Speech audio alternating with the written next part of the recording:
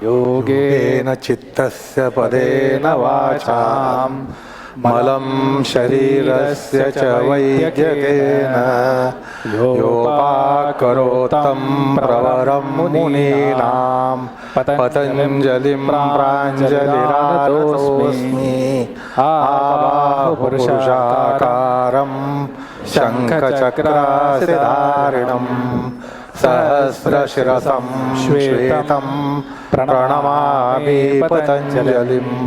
गुरुर्ब्रह्मा गुरुर्विष्णुः गुरुर्देवो महेश्वरः गुरुसाक्षात् परब्रह्म तस्मै श्रीगुरवे नमः। हरि ओम्।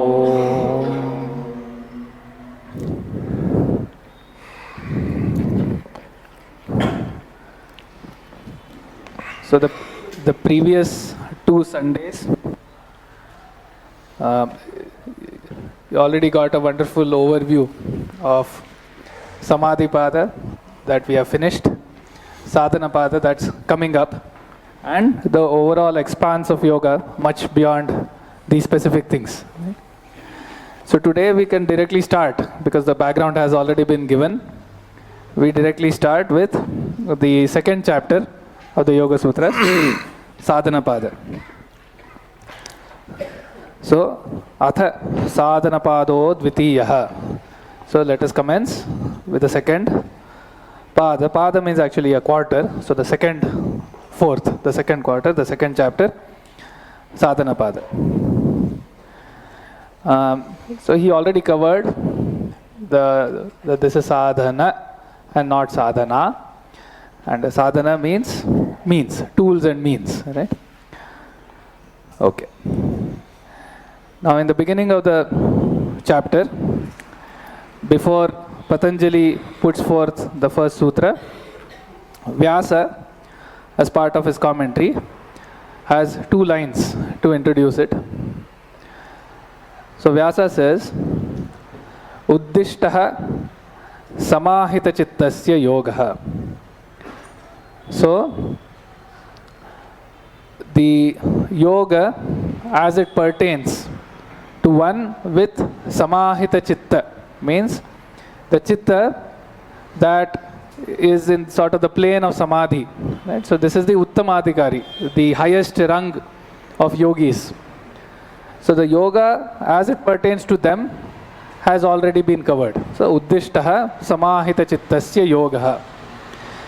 So in that sense, Vyasa is trying to put forth what is the need of the second chapter, because one would think that after looking at the first chapter, it has started from the first principles. What is yoga, what is purusha, what is chitta, and so on.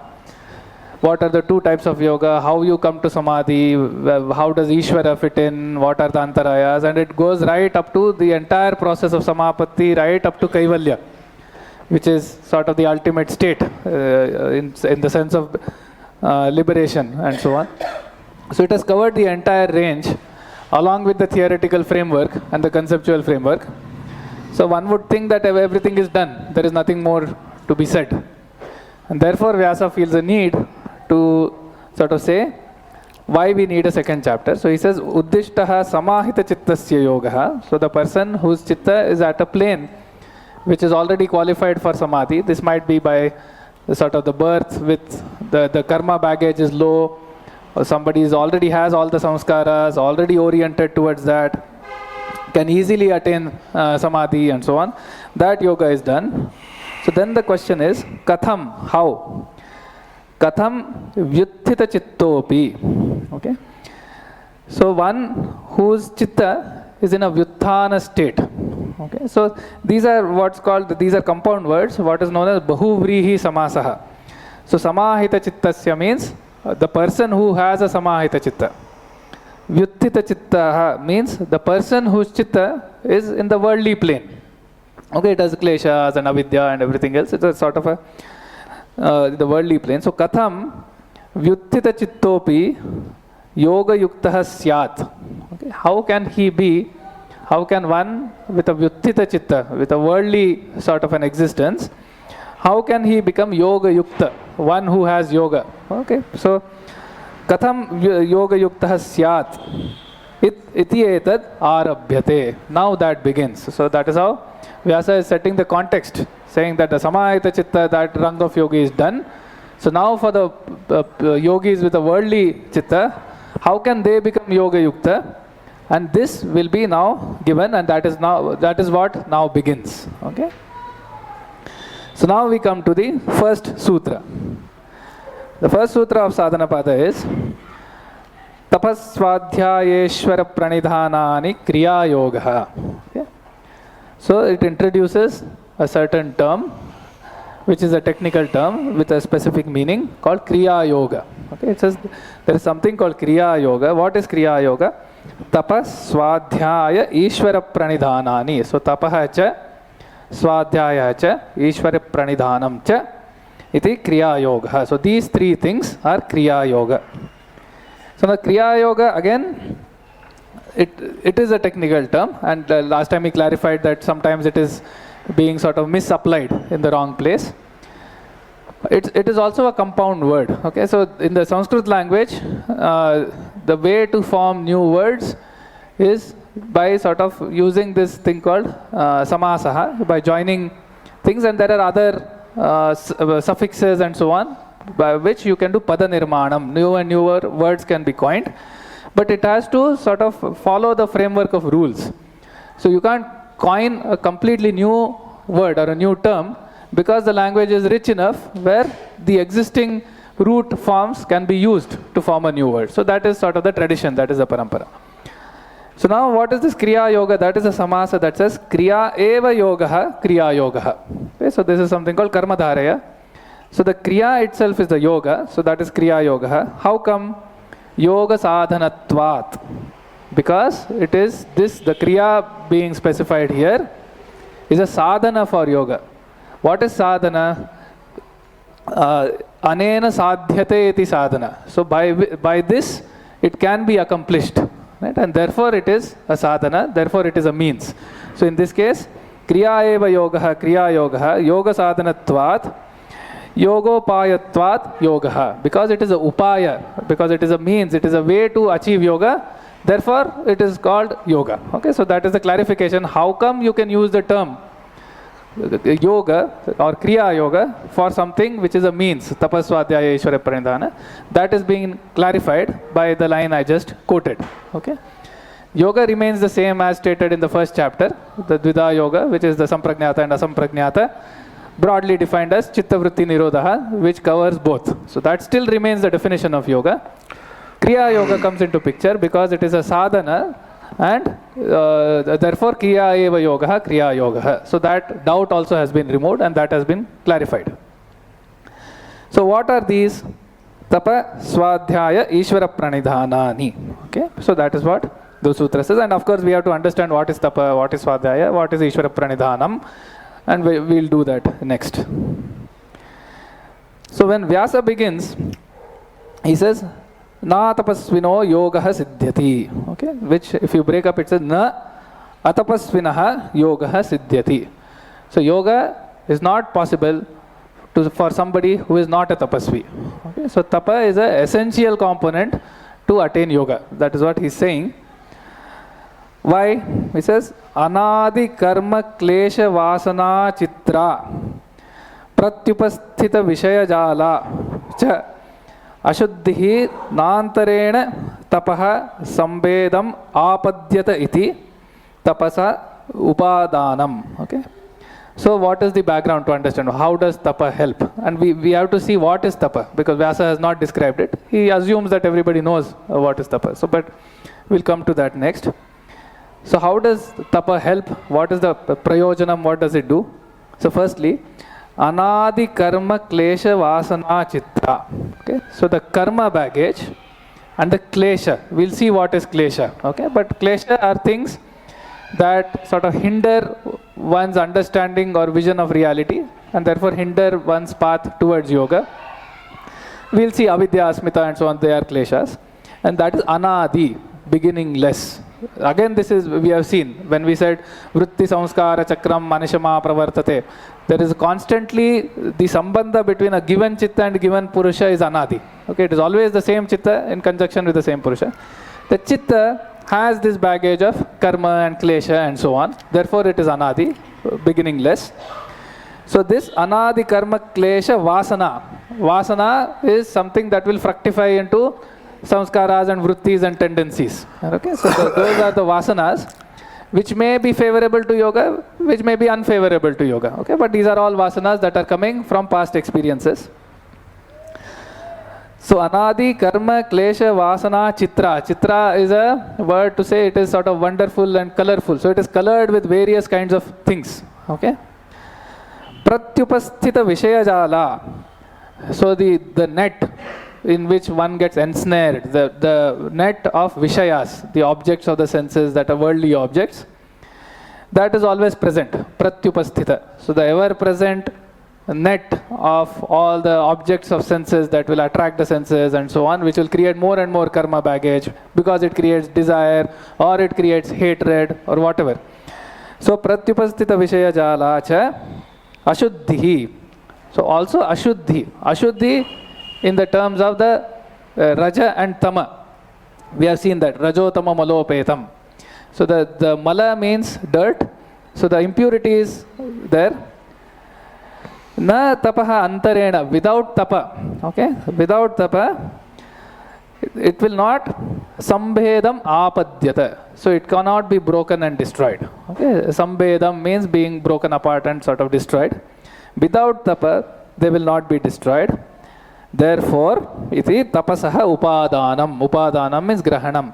So that is why tapa has been incorporated here. Okay, that is what Vyasa is saying. So here we see clearly the role of tapa. So the role of tapa is to remove the influence of impurities and be able to overcome the klesha, the vasana and everything, and sort of make the chitta and the yogi suitable to move next. Okay. So the second chapter has been commenced. For what purpose? The first chapter was pertaining to one who was called Uttamadhikari, who was qualified, whose chitta was qualified, who was already a yogi. So the first chapter mentions yoga of the yogis, accomplished yogis. And therefore, it doesn't suffice to just end the text with the first chapter. So he puts a question, what about the rest of the people who are not qualified, who are not attained samadhi potential, who have not actualized samadhi potential? What about them? How can they get the yoga? How will they attain yoga? And therefore, the chapter on means has to be commenced.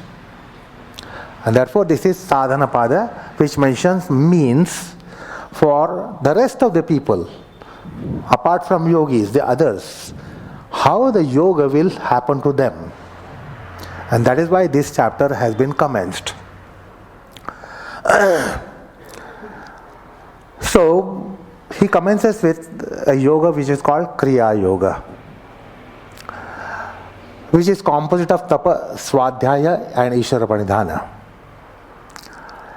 So Vyasa commences with the opening statement which just now he said, without tapas, the tapas is such a fundamental thing without which you will not overcome the obstacles for our yoga. Why are we not getting yoga? Basic reason is that there are obstacles for us to get yoga. If the obstacles are removed, then the chitta will flow. Like when the water is obstructed, water doesn't flow. But when you remove the obstruction, the water flows. So tapas is an obstruction. And therefore, without tapas, there can be no yoga. Now, what is this tapas? This tapas is rendered as austerity. What is this austerity? This is a specific kind of austerity, specific tapas, which will only dislodge the obstacles. Obstacles in the form of what? Anadi vasana. Anadi klesha karma vasana. We have been obstructed by our own karmas. We have been obstructed by our own karmas, our own vasanas, our own karma baggage, our own baggage of vasanas, tendencies, desires, passions, aspirations, etc., etc. So those are obstructions. And those are not destroyed unless the tapas is performed. Tapas is taken up. See how the darkness is fought. The darkness is fought when the light comes up. When it is illuminated, the darkness goes away. You don't have to expel darkness. You have to only switch on the lights. The luminosity should come there. Once the luminosity comes, the darkness goes away. How do these vasanas, the tendencies, karmas, kleshas, how do they go away? They go away by tapas. Tapas is that kind of austerity, that particular austerity. All tapas do not do that. There is typical specific tapas which will remove the obstacles. And therefore tapas is indispensable. The kind of tapas which is mentioned here in Kriya Yoga is indispensable. So that is how the comment commences. Now, this sutra raises a doubt in the minds of a seeker of the subject. Kriya Yoga is tapaḥsvādhyāyeśvarapraṇidhānāni. Three together is tapas. Then those who have taken overview of the text, you get Ashtanga limb called niyama. What is niyama? Shaucha santosha tapaḥsvādhyāyeśvarapraṇidhānāni niyamaha. The tapas also comes in niyama. Tapas, swadhyaya, ishvara also come in niyama. Then the question comes whether Kriya Yoga is less pervasive and niyama is more pervasive. Because niyama includes the three and also adds shaucha, santosha. So which is more pervasive? Should we not just take up niyamas? Because then that includes tapaḥsvādhyāyeśvarapraṇidhānāni. Shaucha, santosha, tapaḥsvādhyāyeśvarapraṇidhānāni niyama. So should we not just take up niyamas so that Kriya Yoga is included? No, that's not the case. So here we come to a major grammatical condition.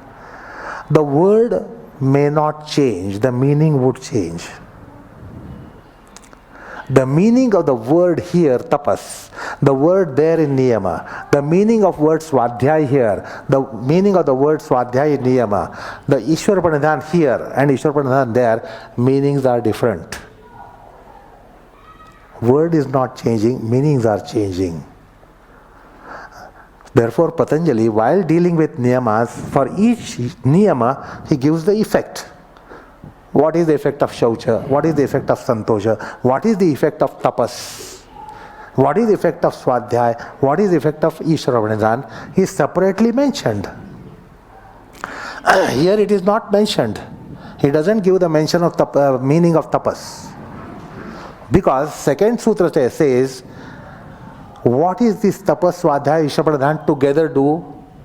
Second Sutra will explain. Therefore, this tapas is more pervasive than tapas of niyama. This swadhyaya is more pervasive than swadhyaya of niyamas. This ishvarapraṇidhāna is more pervasive than that of niyamas. It is integral here, not integral there. You can separately practice. This is tapas. Then you say this is swadhyaya, this is ishvarapraṇidhāna. So they can be compartmentalized. Here they cannot be compartmentalized. It is integrally, they are integrally one. The tapa is composed of swadhyaya, ishvarapraṇidhāna. Swadhyaya is composed of tapas and ishvarapraṇidhāna. Ishvarapraṇidhāna is composed of tapas, swadhyaya.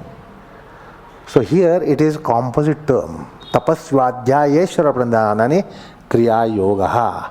They are three together one. They are three in one.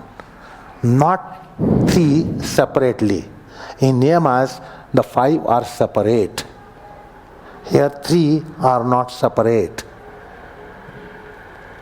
That is the meaning of the 3 is samadhi bhavana and klesha tanukarana, which is the next sutra topic. Basically, tapas is so important in spiritual process. Otherwise, neo spirituality is all bed of roses. Life is very comfortable. Be happy, should be happy. There is nothing to sorrow about. As if it is bed of roses. So this is what is notion of neo spiritualism.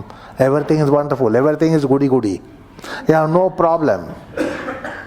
If you adhere to spiritualism, no problem. If you embrace spiritualism, no problem. So that is the disillusionment is given at the first instance here. Without tapas, it is not possible to have yoga. Austerity. So austerity is a must. The austerity is not something goody goody and comfortable. What is austerity for you? I like ice cream a lot, so go on, I eat ice cream 3 times a day. It's not austerity. To be refraining from eating ice cream, at least for a day, will be austerity. I have not eaten ice cream today, although I am crazy. I have not eaten, that's an austerity. So, tapas, the very word throws its meaning. It has got something to do with temperatures. Tapa means temperature. Where will the temperature go? When you are going upwards, temperature increases. You climb up, temperature increases. When you are going down the slope with control, when you try to control yourself on slopes, you get temperatures. So tendency and passions are getting onto the slope. Now if you have to control there, the heat will increase. So what is thermodynamics in physics? What is thermodynamics in physics? Is tapas in spirituality. That's why very significant term, tapas, something to do with temperatures. When you restrain, temperature goes up. When you control, temperature goes up. Do you follow? Or when you want to attain something, the temperature goes up.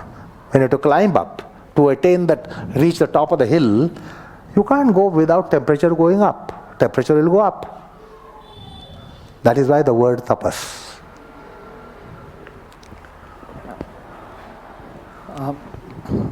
So we have seen 2 lines of the Vyasa Bhashya. We are yet to look at what is tapas, because Vyasa has not described that. You will see that Vyasa does define Swadhyaya, he does define Ishvarapraṇidhāna here. Tapas he doesn't, because he probably assumes that it's a well-known term, so we'll see that. Just to clarify the niyama, tapa in niyama and tapa in kriya yoga and so on. So I'll just cover some of that. So we have seen that the earlier thing was for the Uttamadhikari, that is the highest rung of yogis. So Kriya Yoga is for the Madhyamadhikari. Okay, so I'll just quote a line from the Yoga Vartikam. It says, Purva Pade, the previous chapter, Purva Pade hi Uttamadhikarinam Abhyasa Vairagye Eva Yoga Yoho Sadhana Muktam. Okay, so in the previous chapter, what are the sadhana, what are the means, right? It was Abhyasa and Vairagya, because it says Yoga Chitta Vritti Nirodha, Abhyasa Vairagya Abhyam Tan Nirodha. So they were the 2 means, Abhyasa and Vairagya, for the Uttamadhikari. Tatascha, after that, Madhyamadhikarinam tapaḥsvādhyāyeśvarapraṇidhānānyapi kevalani sadhanani etasya padasya adau uktani. So for the Madhyamadhikari, in the beginning of this chapter, only tapaḥsvādhyāyeśvarapraṇidhāna have been prescribed as the sadhana, the means for yoga. Ataparam, after this, mandādhikarinam yamadini api yoga sadhanani vaktavyani. Okay, so after this, for the mandādhikari, yama, niyama and so on, yamadini also has to be given as sadhana. But as he said, in the niyama you will see tapa again. But that is natural. So if you look at sort of a student in school, they'll say if you have to accomplish they'll say write 10 lines every day, make sure your spellings are correct. And study every day, make sure you understand. Right? Or somebody at the college level, the spelling thing goes away because you don't have to check for this. They'll say make sure you understand and you study. So the understand and study are there both for the school student as well as here. But the level of understanding and studies are different. Similarly, the tapa there is different from tapa here. But the other yama niyama aspects are sort of assumed for the mandadikari. They don't have to be prescribed. Okay? And at the topmost rung, say like one of the leading professors and so on, the only advice will be stay in touch with the developments in the field. Right? Read your papers, make sure you are aware of other experiments and so on. They don't have to be told that you have to study and practice and so on. Right? So similarly, there are different rungs and the different key elements that are the sadhana at different levels. And the same things will overlap. They have to overlap essentially, and therefore you will see samadhi in the ashtanga, you will see samadhi everywhere. You will see tapa in the ashtanga, among the niyamas, but here in kriya yoga there is an exalted tapa that comes here. So that is how the classification is. Then if you look at what is tapas, before going there, there is a third line about tapa that Vyasa says, which let's read first. He says, so we already say why tapa was taken, right? Ataha tapasaha upadanam. Therefore we took in tapas. Then he says, taccha chitta prasadanam abadhamanam anena asevyam iti manyate. He said, then this tapas, which kind of tapas? Chitta prasadanam abadhamanam. That kind of tapas which will not hinder the chitta prasadanam. Chitta prasadanam is something we have seen in detail in the past, right? But it is the sort of the prasannata of the chitta. The chitta is not in any kind of turmoil. The placid sort of state of the chitta, that should not be obstructed. That kind of tapa needs to be adopted. That is what Vyasa is clarifying. Because the tapa term subsumes a lot of things. Whereas in the Kriya Yoga, he says, taccha chitta prasadanam abadamanam anena asevyam. That is the tapa to be adopted and practiced. Right? Now if we look at tapa, there is a lot of background and different types. So one, it says, alochanatmake ishvara jnana bhede. Okay, so the ishvara jnana by which there is seeing, perceiving and consideration and reflection. That is tapa. Then somebody might say, swashrama vihita karmani. So where whatever is varnashrama dharma, the karmas prescribed by that, following that religiously, that is tapa. Or chitta prasada hetu bhute vrata niyamopasanadi karmani. Okay, so the vratas, as vrata is some kind of resolve, right? You'll say, okay, I will... Observances. Observances, yes. So I will worship or I will not talk unnecessarily or whatever. The vratas and upasanas, chitta prasada hetu bhute, which will be a cause for chitta prasada, adopting those, that is also tapa. Kayendriya manasam samadhane. So the kaya, indriya, manasa. Okay, so the mind, body and the indriyas, for them to be sort of placid and quietening, right? Samadhane. Those actions or activities, that is also tapa. At the same time, vaida klesha janaka karmani. So these are what is typically rendered in English as austerities. Right? These are a sort of problem causing, difficult to achieve things. Those are also tapa. Okay? But Vyasa cautions that when you take up a tapa, it has to be one that will not obstruct the chitta prasadanam. Okay? So therefore don't go overboard. He says for the Madhyamadikari that it should not be an austerity which is actually causing a problem. Okay? Kshut pipasa shitoshnadi dvandva sahane. So hunger, thirst, hot, cold, learning to tolerate these dualities, that is also tapa. Okay? But again, if it is causing a problem to the chitta prasadanam, then there is a caution against it. Maunadi vrate, not speaking at all.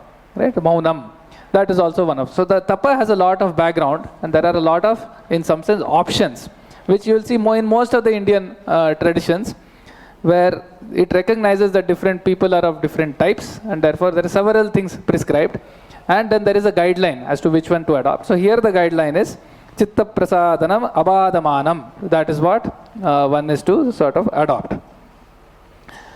I'll sort of continue because the tapa, there is a lot to say about it. So for example, in Mahabharata, there is one that says, Tapomulam idam sarvam. Okay, everything is tapomulam.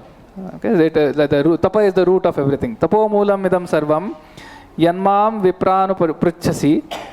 Tapasahi samapnoti yadyadeva abhivanchati. So whatever you wish to attain that, it is to be done by tapa. Okay, so that is the quote. And tapa is the root of everything. Indriyani eva sayyamya tapo bhavati nanyatha. So how does tapa happen? Essentially, it is the pull of the indriyas has to be controlled. Indriyani eva sayyamya. So the indriya shakti has to be controlled because it will tend to move towards the vishayas, the worldly objects. And that has to be restrained. And indriyani eva sayyamya tapo bhavati nanyatha. There's another nice quote that says, Dvishadbhihi shatrubhihi kaschit kadachit pīdyate indriyair badhyate sarvaha sarvatra cha sadaivacha. Okay? So it's a sort of a nice poetic thing that says, rarely one might be tormented by hundreds of enemies. Okay? So sometimes it happens, but not all the time. But indriyaihi badhyate sarvaha. Everybody is constantly tormented by the indriyas. Sarvatra cha sadaivacha. Wherever he is and whatever he is doing. Okay? So in that sense, the tapa, one angle is to one's resolve to not to give in to what's known as the natural tendencies. Right? The natural worldly tendencies. One's resolve to not to give in to that is, in some sense, tapa. Okay. So, now, a little bit more about tapa. Okay, so the Bhagavad Gita, okay, it's a sort of, as usual, very beautifully delves into tapa, and there are different classifications that have been made. So one is the Sattvika tapa, Rajasika tapa, Tamasika tapa, and so on. The other is the Sharira tapa, to do with the body. Then there is a Vāṅmaya tapa, to do with the speech, and there is a Manasika tapa. So it says, Deva Dvija Guru Prajna Pujanam Shaucham Arjavam Brahmacharyam Ahimsa cha Shariram Tapa Uchyate. Okay, so the respect, the puja of the Lord, of the Guru, okay, and so on. Shaucham, okay, Shaucham is a sort of pure acharanam, so the sort of the pure behavior in general. Arjavam is straightness, straightforwardness. Brahmacharyam, ahimsa, and so on. All these are sharira tapa. Then anudvegakaram vakyam, satyam priyahitam chayat, swadhyayabhyasanam chaiva, vāṅmayam tapa uchyate. So for the vak domain, speech that does not create agitation, anudvega karam vakyam. Satyam, that is true. Priyam, that is dear. Hitam, that is beneficial. Okay, so only this kind of speech, which means most of the time the person will be silent, because otherwise the speech has to have so many things. It should not cause agitation. It should be true, it should be dear and beneficial. Then swadhyaya, we'll see what swadhyaya is. And so this svadhyaya, so all of this is in the realm of speech. Vāṅmaya tapa uchyate. Now to the mind, manaprasadam saumyatvam. So manaprasadam is sort of the mind is unagitated in a pleasant condition. Saumyatvam, mildness. Maunam, silence. Atma vinigraha, self-restraint. Bhava saumshuddhi, the purity of thought and the purity of emotion. Okay? Bhava saumshuddhi ityetat tapo manasam uchyate. So all these are tapa, because the natural tendency that might take somebody away from these, that is to be restrained. So these are tapa. Even though, so the Upanishad says, tapasa brahma vijignyasasva. So by tapa, you can know Brahma. Okay, so the tapa is sort of, the domain of tapa is very wide, what can it can achieve. Tapasa kalmasham hanti vidyayam ratam ashnute. Okay, so the tapa, so here we'll see the relation between tapa and swadhyaya. So tapa will remove the obstacles. Tapasa kalmasham hanti. So whatever is the kleshas, or the bad samskaras due to the past bad actions, the past bad karmas and all those. Tapasa kalmasham hanti. Those obstacles go away by tapa. Vidyayamritam apshrute. So by swadhyaya and so on, you get vidya. Okay, the first klesha is avidya, right? Now avidya is not absence of vidya. Avidya is a positive entity in itself, and we'll see what that is. But the vidya, so the swadhyaya can bring in vidya. Tapa can remove the obstacles, and then of course there is Ishvara which we'll see what it does. So that is how these two work together. So just by removing the obstacles, that is not sufficient, because there has to be a positive enforcement in the direction of yoga, which needs wisdom, which needs jnana, which needs knowledge, the understanding of reality. That comes through swadhyaya and vidya. So that is how those two sort of work together. So with this we look at swadhyaya. So swadhyaya, this is what Vyasa is saying. Swadhyaya pranavadi pavitranam japaha. Okay, so this is the japa, which we already saw in the first chapter when we looked at the topic of Ishvara. So pranavadi pavitranam. What is pranava? It is the vachaka of the Ishvara. Ishvara is the vachya, pranava is the vachaka. It is the denoter of the Ishvara, and Ishvara is the denotee. Right? So they are sort of two sides of the same coin. So pranava means omkara. So the japa of pranava or other pavitra things, other pure things, right, as suitable for the yogi. Pranavadi pavitranam japaha moksha shastradhyayanam va. Okay, so it is also the study of moksha shastra. So moksha shastra refers to the whole range of shastra which takes one to moksha or liberation. Right? So all the adhyatma shastra is covered in that. Right? So these two things, so that might be Vedas and Upanishads and Smriti texts, Bhagavad Gita, all of that. So these two things Vyasa this time defines, and he says these two are swadhyaya. Okay? And we did see swadhyaya in the first chapter when he talked about the Ishvarapraṇidhāna and Ishvara. So if you remember, it said from the Vishnu Purana, Vyasa had quoted at the time, it says swadhyayad yogamasīta yogat swadhyaya mamanet swadhyaya yoga sampatya paramatma prakashate. It says you have to do sadhaya and then do your yoga, then do your swadhyaya, and their yoga for the Uttamadhikari referred to the Abhyasa Vairagya plane.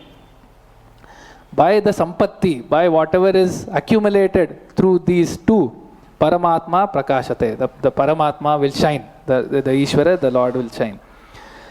So, and even like Swadhyaya also is covered in a lot, like in the Taittiriya Upanishad, there is a direct injunction that says Swadhyayat ma pramadaha. Okay, so don't give up your Swadhyaya. That is the injunction to the student. So the Swadhyaya is the study of the Moksha Shastra to understand the nature of reality and the means to achieve it. So that is a positive enforcement giving the wisdom and understanding. In parallel, the Tapa removes the obstacles and other natural tendencies, and that is how those two fit in. Then Vyasa covers the third one, Ishvarapraṇidhānam. Ishvarapraṇidhānam, of course, we have seen in the first chapter, because there was a sutra that says Ishvarapraṇidhānāt va. In that context, in the first chapter, the Ishvarapraṇidhāna came in the answer to the question, is there any upaya by which asamprajñāta samadhi can be asannatamaha? Is there any way by which, because before that certain sutras described how difficult it was, what are the 9 categories of yogis and how difficult the path is to come to the asamprajñāta samadhi. And then that begged the question, okay, is there any other way that brings it closer? In answer to that question, the sutra come Ishvarapraṇidhānāt va. Yes, by Ishvarapraṇidhānam. Okay, because by Ishvarapraṇidhānam, that is, we'll see what that is. For now, let's just say worship of the Ishvara for the moment. By Ishvarapraṇidhāna, Ishvara abhidhyāna matrena, by his grace, one can quickly cross all the levels and asamprajñāta samadhi can be closed. Right? So that is Ishvarapraṇidhāna that came at the Uttamadhikari. Again, just like we talked about Tapa, Ishvarapraṇidhānam is again coming here in Kriya Yoga for the Madhyamadhikari. And it is saying, Vyasa says, so very succinctly it describes what is Ishvara Pranidhanam. Ishvara Pranidhanam Sarva Kriyanam Paramaguru Arpanam. Okay, so Paramaguru here refers to Ishvara, because again the sutra in the first chapter, Sa Esha Sarvesham Api Guruhu Kalena Anavachchedat. So Ishvara is the Guru of all the Gurus. So here it says Sarva Kriyanam, of all the actions, Arpanam, surrender, give it to Paramaguru. So Sarva Kriyanam Paramaguravarpanam Tat Phala Sannyaso Va, or the giving up all of the fruits of the actions. So this is the Ishvara Pranidhanam. This thought, this concept, this doctrine is the one most closely associated with the Bhagavad Gita, as you know. Right? So it is all the actions of one's life is an offering to the Lord, or there is all the fruits of the actions, one relinquishes one's claim on that. Right? So these two things, optionally it says Va, or both together, this is Ishvara Pranidhanam. And just to sort of bring in some of the shlokas from the Bhagavad Gita that talk about the same thing. It says, Yat Koroshi, Yad Ashnasi, Yad Juhoshi, Dadasi Yat, Yat Tapasyasi Kaunteya, Tat Kurushva Madarpanam. You see, exactly the same thing is being said here. Krishna is saying, whatever you do, whatever you eat, whatever you sacrifice, whatever you give, whatever tapa you are doing, hey Kaunteya is Arjuna, that Tat Kurushva, give it up, and Tat Kurushva Madarpanam. So offer all of that to me, Madarpanam. Okay? So that is the first part. Right? Sarva Kriyanam Paramaguru Arpanam, as Vyasa had said, that was covered in this sloka. Now the second one, another one example sloka from the Gita, says, Karmajam Buddhi Yuktahi Phalam Tyaktva Manishinaha Janma Bandarinir Muktaha Padam Gacchantanamayam. Right? So, Karmajam Buddhi Yuktahi. So, what is this is talk, so let's sort of break it. Buddhi Yuktahi Karmajam Phalam Tyaktva. So, whatever phala, the fruit of an action, Tyaktva, having relinquished. Manishinaha, the wise people. Janma Bandha Vinirmuktaha. They are the bondage of the Janma, of the life, is broken. Padam Gacchanti Anamayam. They reach sort of the pure, the ultimate position, the ultimate state. Right? So the Bhagavad Gita is also talking about offering all the actions to the Lord and or relinquishing the fruits of all the actions. And exactly the same thing here is covered by Ishvara Pranidhanam. And that is gives an anchoring to the yogi who is doing tapas, which is Indriya Sanyamam, then doing the Swadhyaya, Moksha Shastra Adhyayanam. But in the day-to-day, sort of the day-to-day actions and behavior, there needs also an sort of the emotional anchoring and an understanding to the Chitta, and the Ishvara Pranidhana and Bhakti gives that. In addition, it gives the Ishvara's grace, which was covered in the first chapter by saying Abhidyana Matrena. It also achieves that. Therefore, all these things are essential.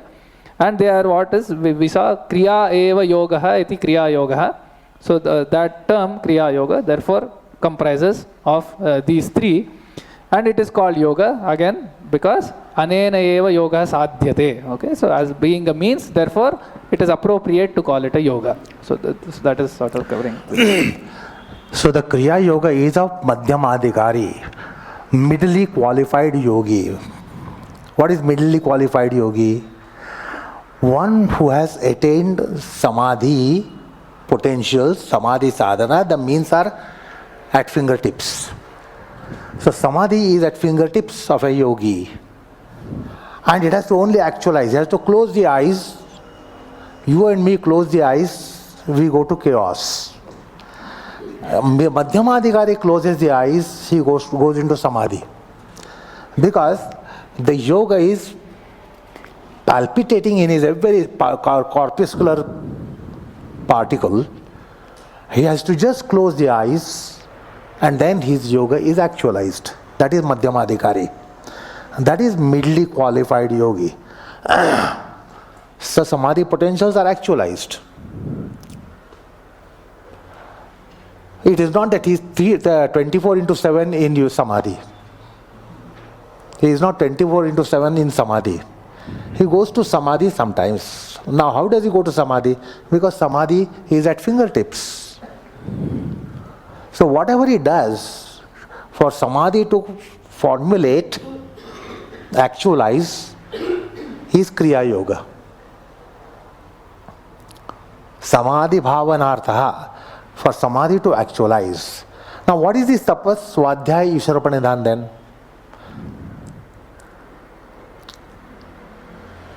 So, if he is a middle qualified yogi, what is middle qualified yogi? What is a middle qualified yogi? The implication is that, what is implied is that the madhyamadhikari is one who has assimilated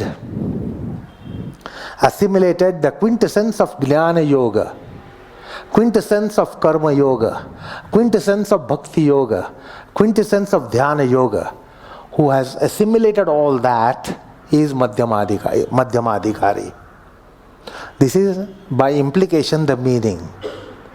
So the Kriya Yogi is a proficient Jnana Yogi, Karma Yogi, Dhyana Yogi and Bhakti Yogi.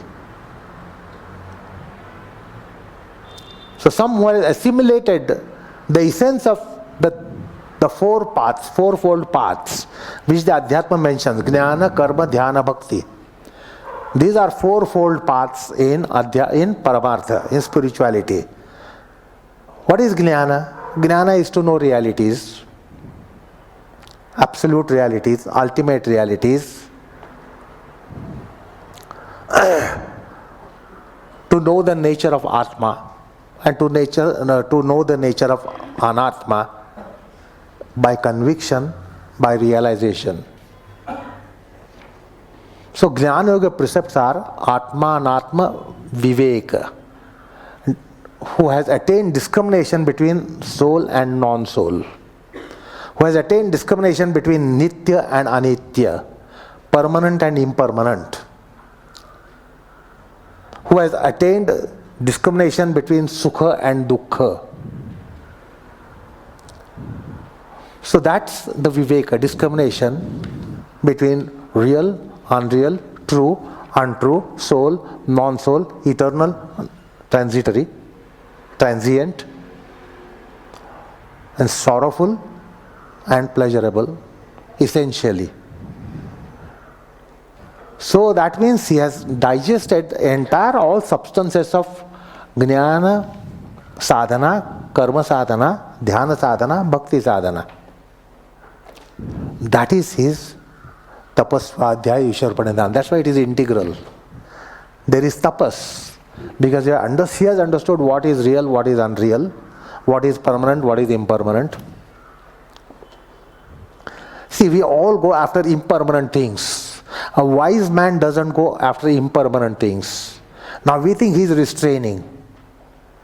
We think all are running towards impermanent things, but he is not. He is restraining. He is not restraining. He has the wisdom.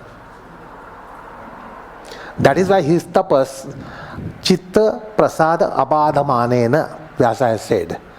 He doesn't torment his chitta to be practicing restraint.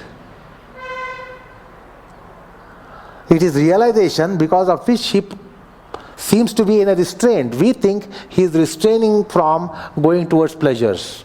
Well, all of us are going towards pleasures. So his chitta is not tormented by his tapas.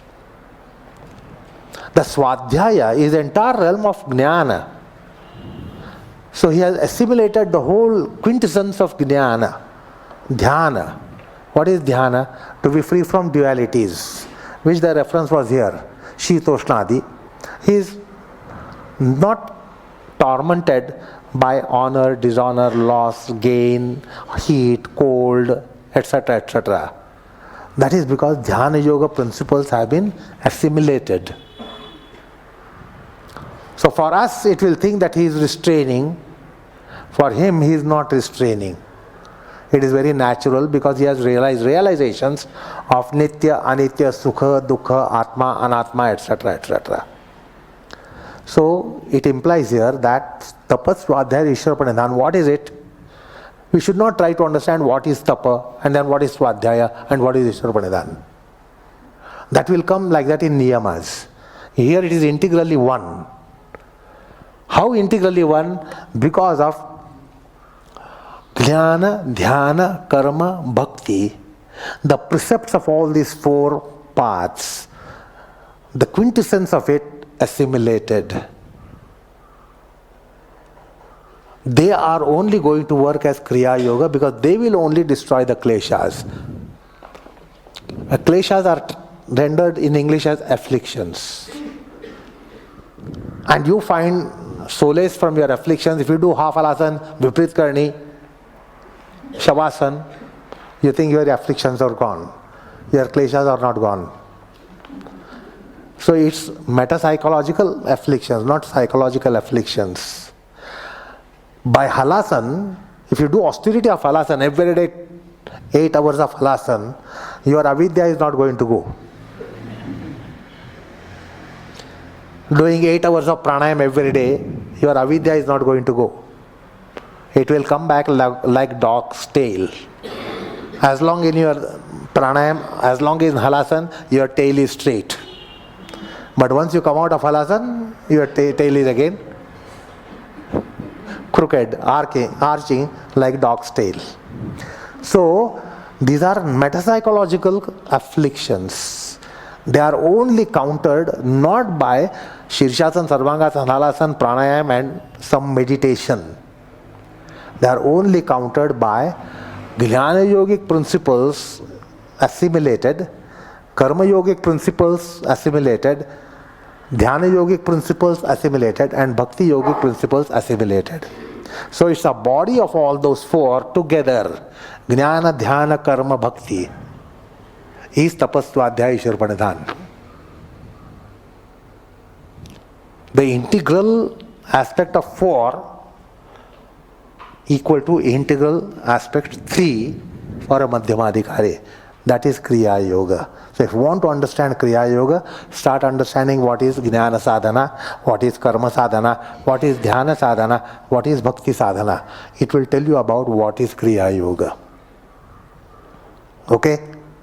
Understanding the principles of Jnana, Dhyana, Karma, Bhakti. They are all sadhanas, they are all yogs. When accomplished, they are yogs. When not accomplished, they are sadhanas. There is Jnana sadhana, Karma sadhana, Dhyana sadhana, Bhakti sadhana. We are all in Dhyana sadhana. Through our asana pranayam is the Dhyana sadhana. It is a component which leads towards Dhyana. So this is Dhyana sadhana. Similarly, there is Karma sadhana. Karma sadhana means Karma Yoga sadhana. Look into Bhagavad Gita, the chapters 3, 4, where the Karma Yoga is described. Jnana Yoga, chapter 2. Jnana Yoga is described. Atma is indestructible, cannot be dried, cannot be wetted, cannot be killed, cannot be cut, cannot be burnt. That is what we are. Essentially. So that is Jnana Yoga precepts. There are Karma Yoga precepts. There are Dhyana Yoga precepts which Patanjali gives in his text. Then there are Bhakti Yoga precepts which comes in Narada Bhakti Sutra, Shandilya Bhakti Sutra, Bhagavad Mahapuran. They give you precepts on Bhakti. So he is in personification, Madhyamadhikari, he is personification of the Jnana, Dhyan, Karma, Bhakti. That is Madhyamadhikari. And Kriya Yoga is of him. So now we'll just touch upon the second sutra and then we'll stop.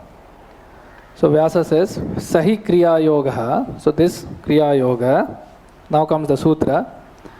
Samadhi Bhavanarthaha Klesha Tanukaranarthascha. Okay. So what is this Kriya Yoga? It is Samadhi Bhavanarthaha. Okay. So the Samadhi Bhavanarthaha is a term which it is the Kriya Yoga, it is like an adjective. Okay? So in Sanskrit there is something called the Visheshana Visheshya Sambandha, and there are certain rules about it. So the Samadhi Bhavanarthaha is a description of Kriya Yoga, okay? Which we'll see next time in more detail, but this Kriya Yoga is for the purpose of the attainment of samadhi, right? Which because it assists in attainment of samadhi, it accomplishes the attainment of samadhi. And klesha tanukaranarthaha. So what is the other thing? Klesha tanukaranam. Okay, so the kleshas, which we'll see next, are sort of the obstacles and or the afflictions that due to which the samadhi cannot be attained, the path of yoga is obstructed, the reality is not realized, and so on.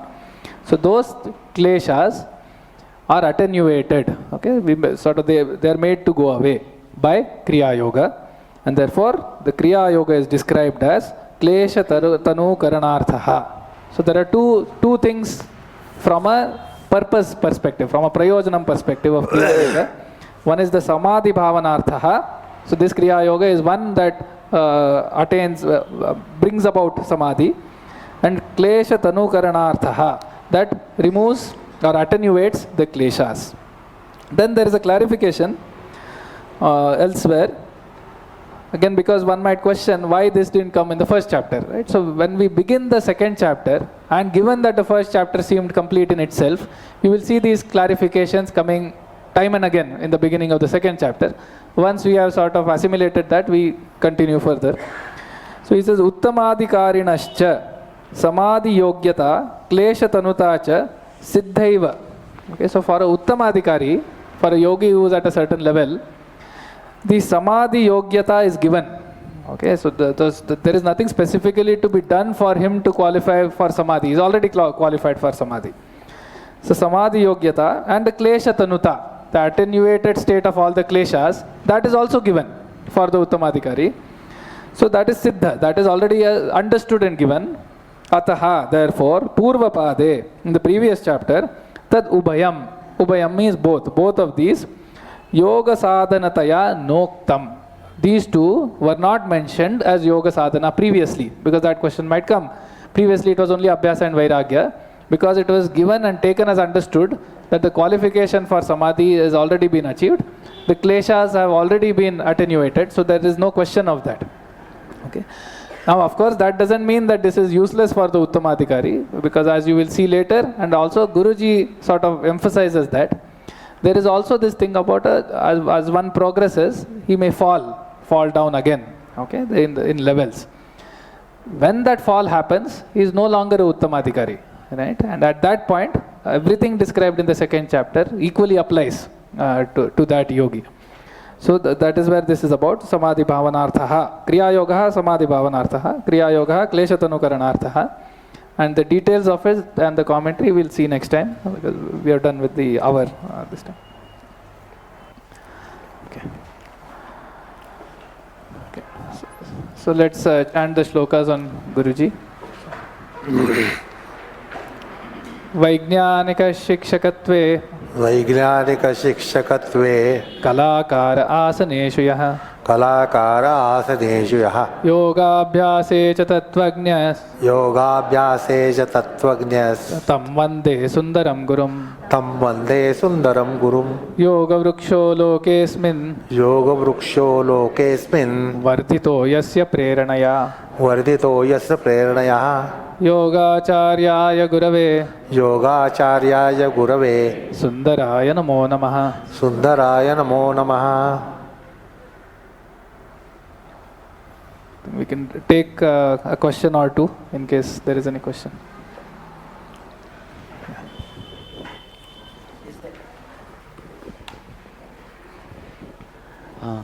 Is there any difference between keeping mೌನ and silence? Just keeping silence and keeping mೌನ.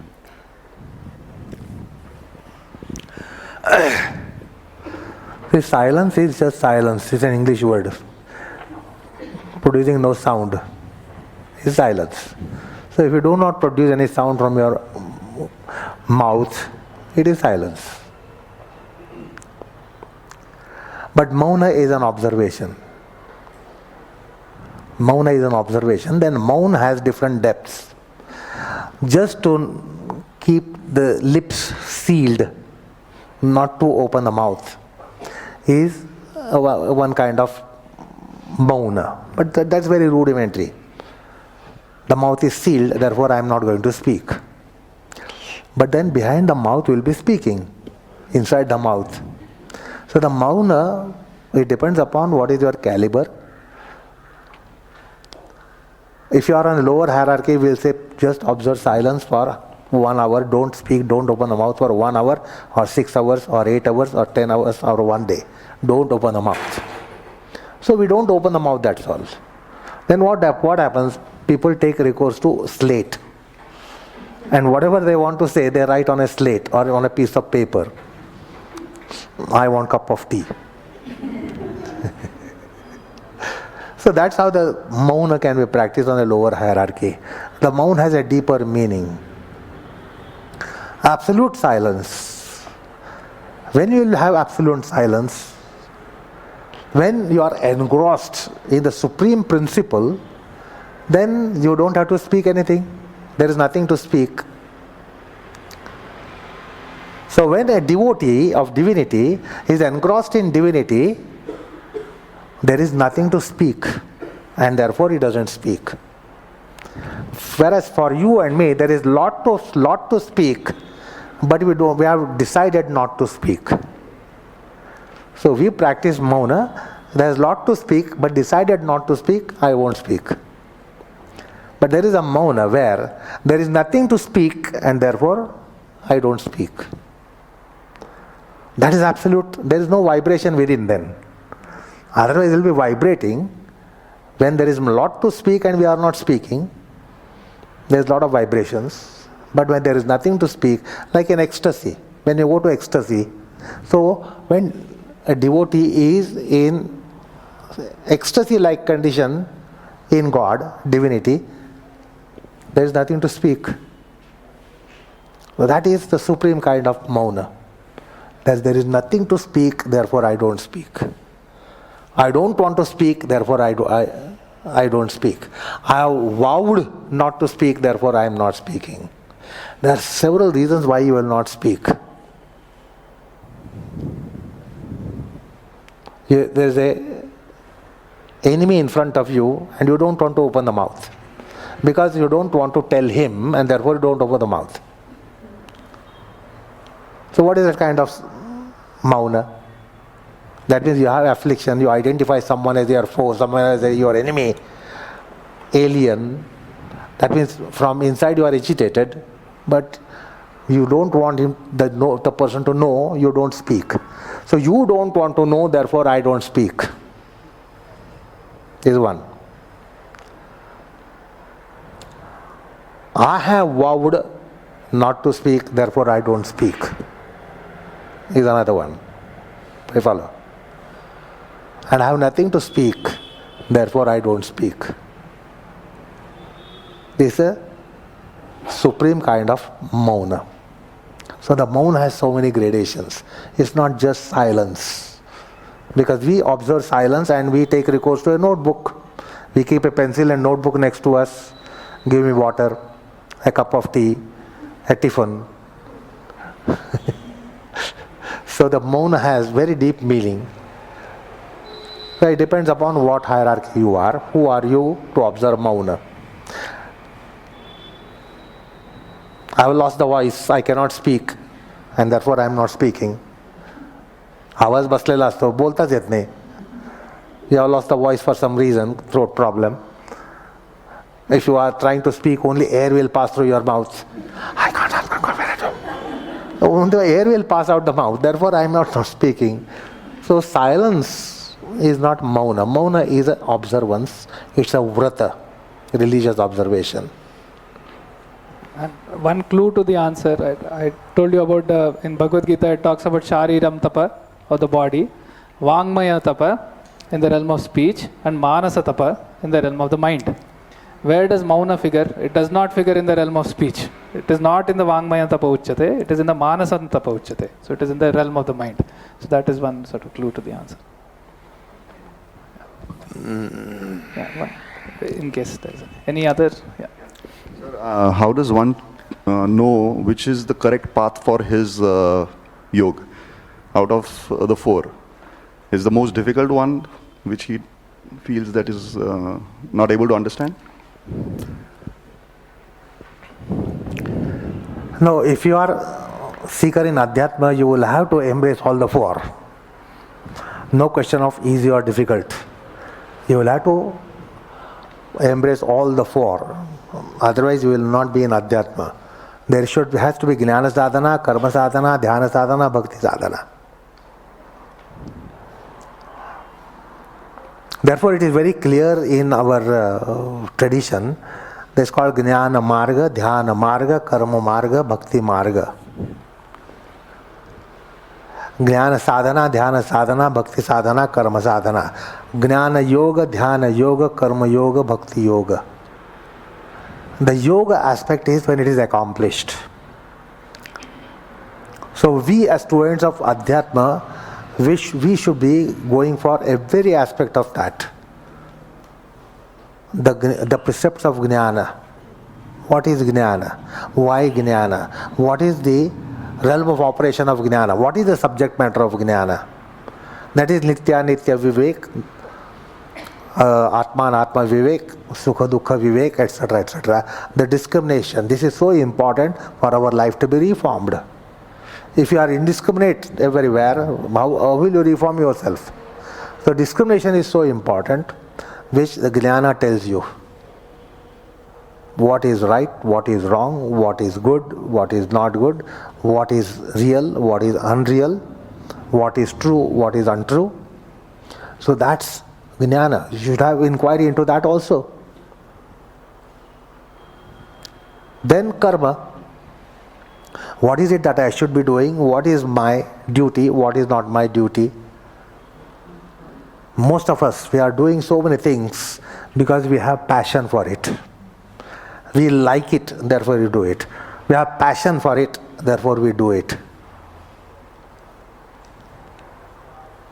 But we should be identifying what is my duty.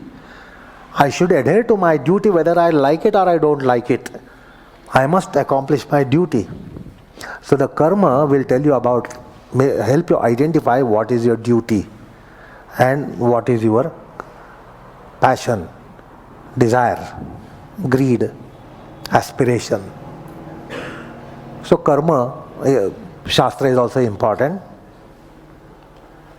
Then dhyana. Dhyana is to get away from the world and just get inwardly unto oneself. Going subjectivistically to oneself is dhyana yoga. Bhakti is to develop the supreme form of emotion by having which you don't have turmoil of other emotions. If you love God, you don't hate anything. If you love any other thing, a man, human being, thing, you will hate so many things. So what is it? By loving that, you don't hate anything, is what the Bhakti tells you. What should be your object of love? Not what you love.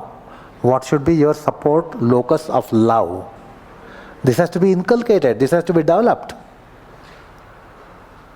So otherwise we mess up in these love emotions. We love so many things and therefore we dislike so many things. So many things will torment us. The things we don't like will torment us. The things we love will also torment us if we don't get it. If the loving thing goes away, you are tormented. So the mind is tossed because our love locus is not properly identified. If that is properly identified, we will not be oscillating. We will not be jolting. We will not be jolted. We will not be tossed. So, setting right the basic emotion of love is what Bhakti Shastra tells us. So that's why we must go for all the four pursuits sufficiently. Then somebody will become Jnana Yogi, somebody will become Dhyana Yogi, somebody will become Bhakti Yogi.